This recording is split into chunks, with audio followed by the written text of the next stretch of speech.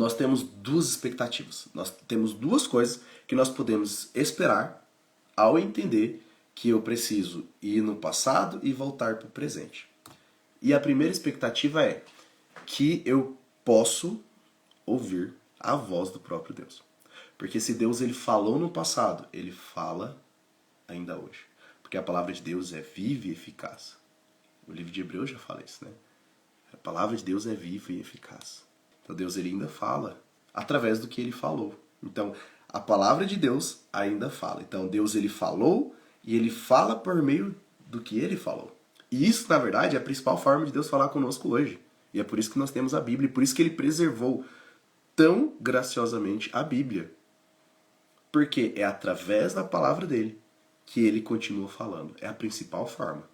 Ele pode falar conosco de outra forma também, mas a principal forma de Deus falar conosco é através do que ele já falou. Você sabe por aí, né, que tem pessoas e pessoas, né? É aquela expressão assim, me perdoem por usar o termo, mas é a expressão comum, né, que o pessoal usa para se referir às profetadas, né? Que a pessoa sai dizendo que Deus falou com ela e tudo mais. E quando você vai ver o que a pessoa está dizendo ali e vai contra o que Deus já tinha falado antes, e Deus ele não se contradiz, né? A palavra de Deus ela é única. Deus ele não se contradiz, Deus não muda. Então, se você vê alguém que, né, sai falando por aí, não seja você também essa pessoa que sai falando por aí que Deus falou contigo. Tome cuidado para saber se de fato é Deus falando contigo, né? Ele pode falar diretamente conosco e revelar alguma coisa assim? Pode.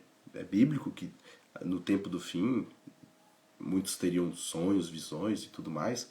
Porém, a principal forma de Deus se revelar para nós é através do que ele já revelou, a palavra dele, certo? Observe que até Cristo, quando ele ia transmitir algo, ele usava, porque está escrito. Porque Deus, ele não muda. Então, se Cristo, pensa comigo, se Cristo, que é o próprio Deus, ele se utilizava do que ele já tinha falado no passado para poder transmitir a sua mensagem, por que nós devemos fazer diferente, certo? Agora, existe uma outra expectativa também que nós podemos ter.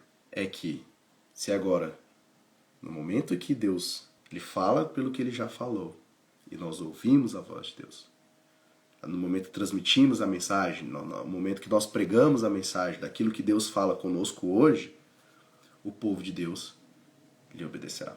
O povo de Deus vai obedecer. Então essa aqui é uma outra expectativa que nós podemos ter.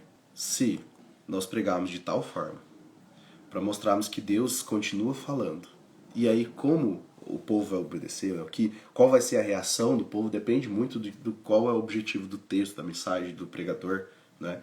Então nós devemos deixar bem claro ao final de cada sermão, falando ao coração das pessoas, qual é, né, a ação que cada um tem que tomar ao final de cada pregação, ao expor as escrituras, né, ao texto inspirado, tendo fidelidade e sensibilidade, fazendo aquela volta no passado e a viagem, né, no passado e voltando para o presente. E agora mostrando para o povo, tendo sensibilidade às necessidades e problemas dos nossos dias, né? Relevância para os nossos dias. O povo com certeza ele vai saber o que fazer.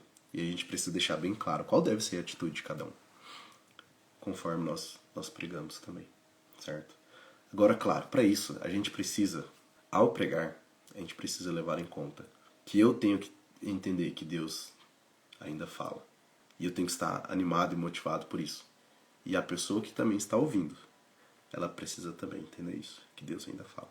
E não ficar aquele, como tem se tornado muito comum, né? Mero comodismo, né? De sentar, ouvir o que a pessoa fala e vai embora como se nada tivesse acontecido. Mas a palavra de Deus, o próprio Deus ali falando, a gente tem que ter isso bem claro. A gente tem que deixar claro também para as pessoas que vão nos ouvir. E temos que orar e nos preparar. Nos aprofundar no texto para poder mostrar o que de fato Deus quer falar com o seu povo.